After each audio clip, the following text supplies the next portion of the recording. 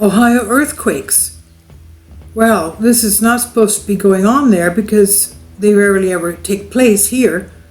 U.S. fears rise as earthquakes strike Cleveland, Ohio, an extremely rare event. This is by Tom Fish on Express UK. Cleveland, Ohio has been rocked by an earthquake, according to the United States Geological Survey, USGS, and it's a 4.0. Cleveland was hit by magnitude 4.0 the other day, capable of causing significant damage occurring just north of East Lake, Ohio. The earthquake struck at a depth of only 5 kilometers at 2:50 p.m. UTC, June 10th. More than 8,000 people so far reported feeling the earthquake, which occurred late in the night.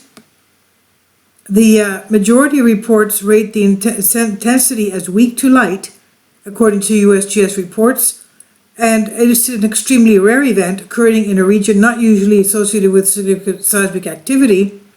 Many residents contacted emergency services after they felt the quake.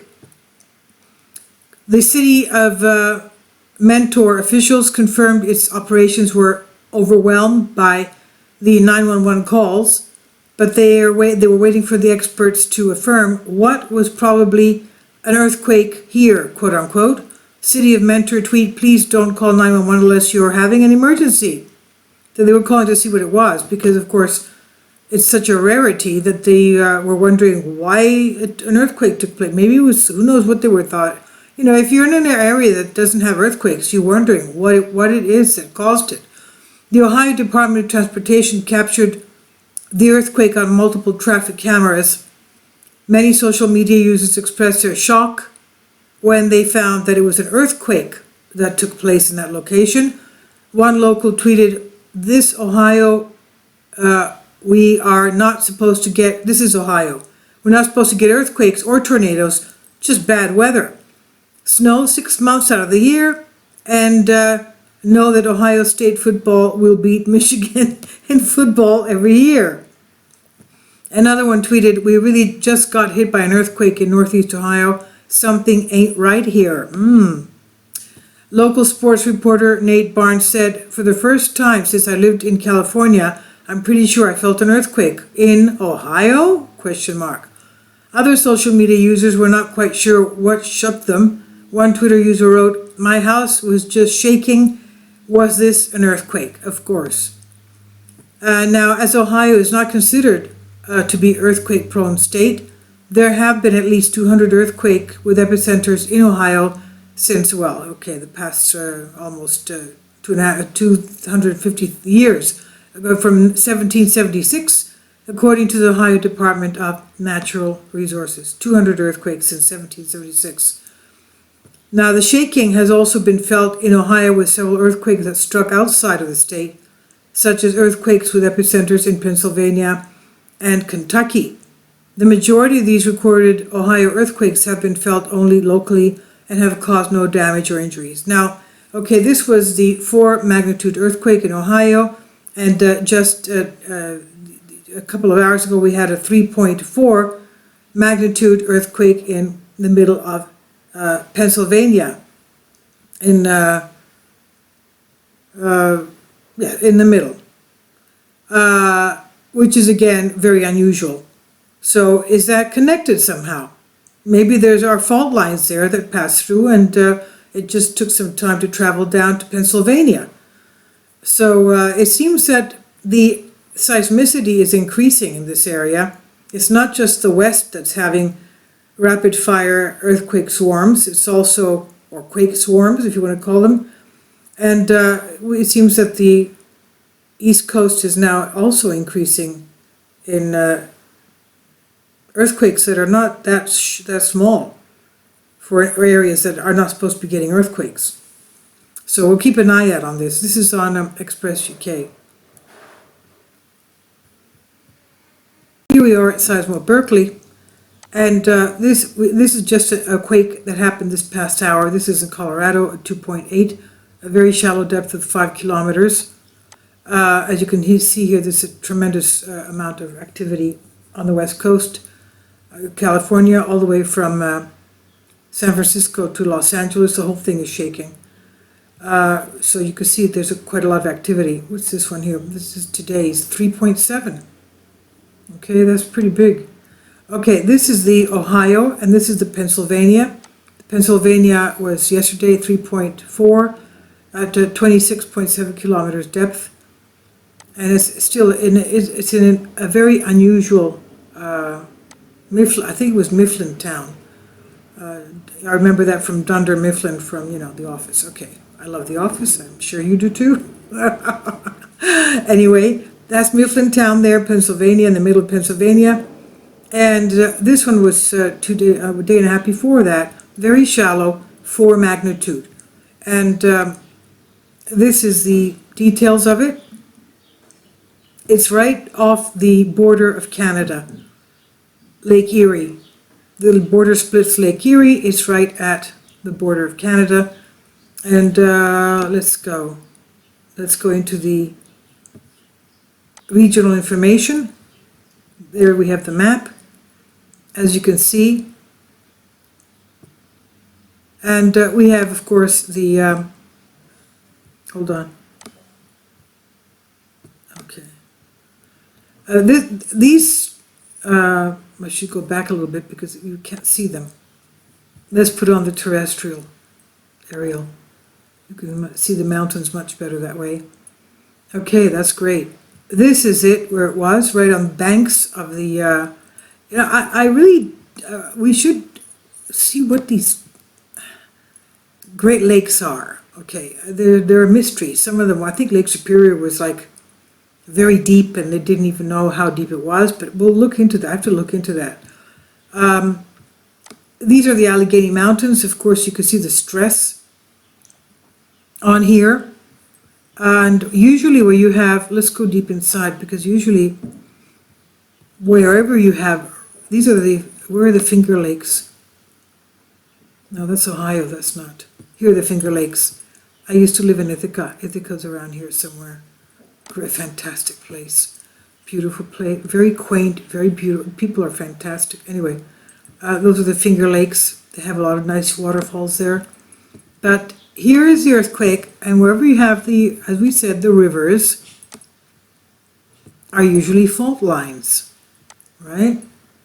Okay. This is a lot of farm country here as well. Well, that looks to be, what is that? That looks to be, you can see it very clearly from this far up. Okay, there's more here, more there. Where is it? It's up here somewhere. Okay. All right.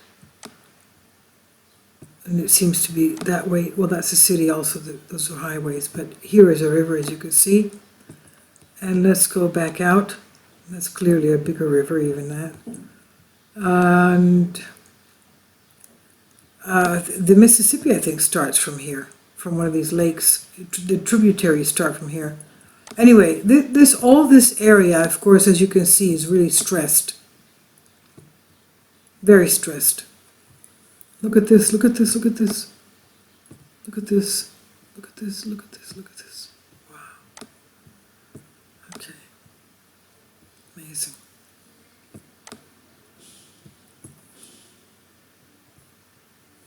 Looking to see what the volcanology of Ohio is, I was surprised to find that, yes, in 1873, an Ohio newspaper, the Cambridge Jeffersonian, asked a burning question.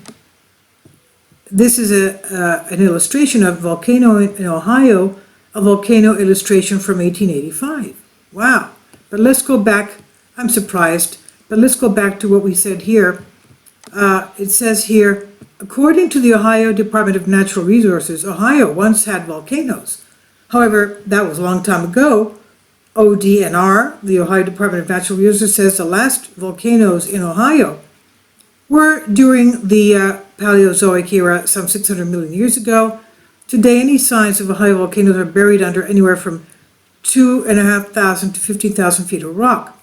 But not to worry, because just yesterday I uploaded a warning video from a Russian geologist explaining how an extinct volcano in Russia was having earthquake swarms, about 100 a year, and last year, from 2017 to 18, it had 2,500 earthquakes. And he says this volcano in Russia, which is considered extinct, is about to explode, to erupt, he said. And there's evidence of magma coming back into that area. So, you know, as Ben Fiorulo, our friend, the aspiring geologist, says, it's magma, it goes wherever it wants to. That's one of his famous quotes. Magma goes wherever it wants to. So it's going into an extinct volcano. So when they say here, dead volcanoes or volcanoes that was a long time ago, okay, what is it? It doesn't say it was extinct or something, it's just not active. It doesn't matter. It's, you know, it may just be starting up again. Now, let's go back to where we were. The Haunted Ohio books. And is it a volcano, they said. 3 miles from Bainbridge, Ross Country, located a hill of considerable altitude known as Coppertus Mountain. On the top of this mountain issued a constant stream of smoke, while on its summit and general surface the vegetation had withered and died. I mean, because of the heat, obviously, until the whole hill presents a barren, sterile, and desolate aspect, blasted as if by a whirlwind of fire. Amazing. The ground on the top of the hill is so uncomfortably hot that it is almost impossible for a barefooted person to walk there. So obviously, that mountain is a volcano. Obviously, if you can't walk on there barefoot. It is believed by persons who have visited and inspected this Justus Naturae that the entire interior of the hill is a mass of ignited combustible matter, and that the fire is and has been spreading with considerable rapidity. The theory presented to account for this strange phenomena is that on or about the first day of last October, the party to whom the land belongs was burning brush on the hillside, and that the flames communicated to inflammable matter, probably crude oil, coal, or some combustible substance contained in the geological formation of the hill, and that the hill being full of such matter, the fire gradually gained headway until the interior has become a mass of molten material. Molten metal? Well, it doesn't, you know, when you light a brush fire, the interior of the mountain doesn't become molten metal. I mean, you know, let's be realistic here. The quenching of the fire is, of course, impossible from its situation, and how long it will burn and when, if ever, the fire will reach a point where it can be controlled can only be conjectured.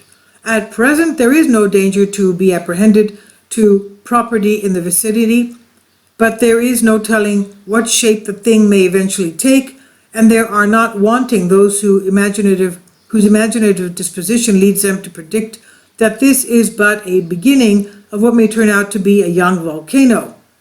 And this is the Cambridge, Ohio Jeffersonian, 23rd January, 1873, page 4. Oh, isn't that something? Well then, what do you know? So the next thing we're going to go into, obviously, is we have to go into what on earth made this tremendous amount of holes in the earth. Where is it? Where is it? Where is it? Oh, there. That's a double whammy here, it looks like. That's our asteroid impact in Quebec, right? In Quebec, that's our, it looks like it's two. It's like one here. Like it looks like it's the same size. It looks like it's a double whammy. And then you have this thing here. Oh, look, there's another one there. Obviously, there were a lot of them here. Obviously, there were a lot of them. And this thing here, I'm sorry, but that is so perfectly, look at that. Our poor Earth has been inundated. And that's another one. Do you think that is a caldera, or is it an impact crater? And that has to do with the rhyolite that they find. That's geologists. Look at this.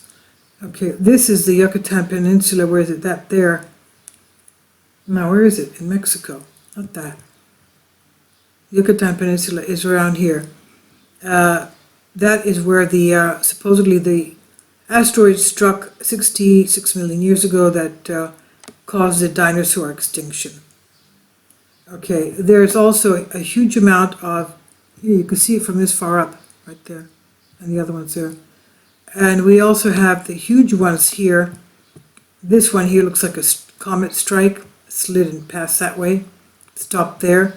And those are volcanic islands around there.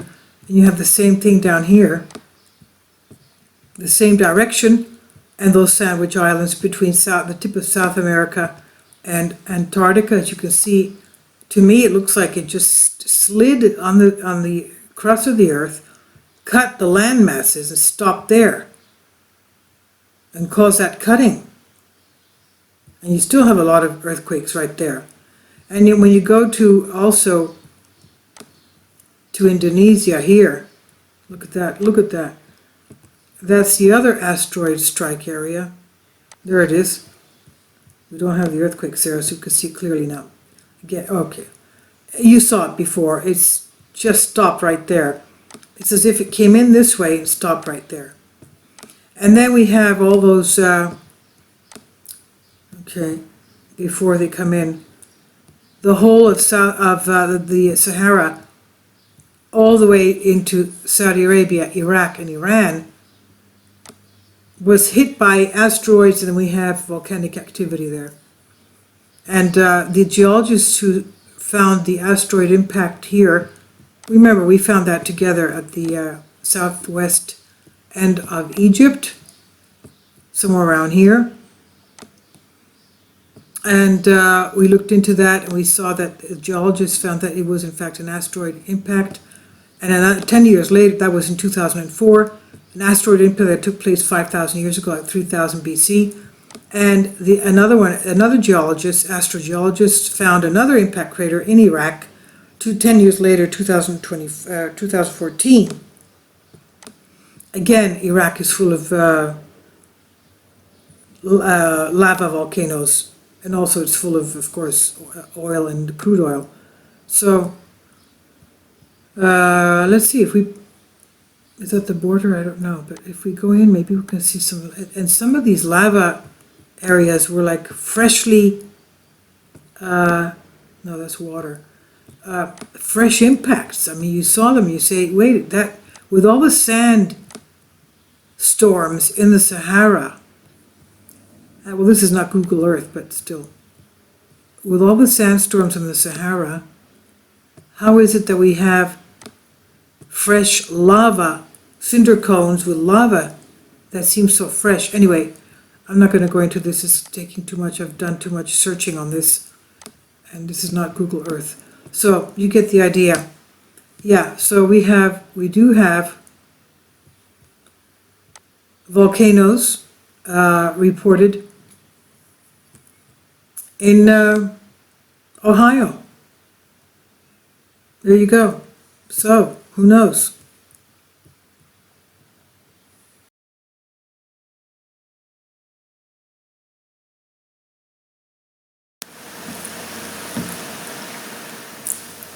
If you'd like to join me on my Patreon account, you will hear content not covered by mainstream media. These riveting stories will be based on my research, and I will state my opinions and give my personal insight on diverse and controversial subjects and world events not covered by mainstream media, and not supported by YouTube guidelines. So whatever I have on my Patreon, most of those will not be on my YouTube channel. Please consider becoming a member today.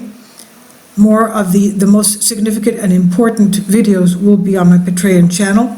Your support helps me to continue my research and keeps this YouTube channel alive.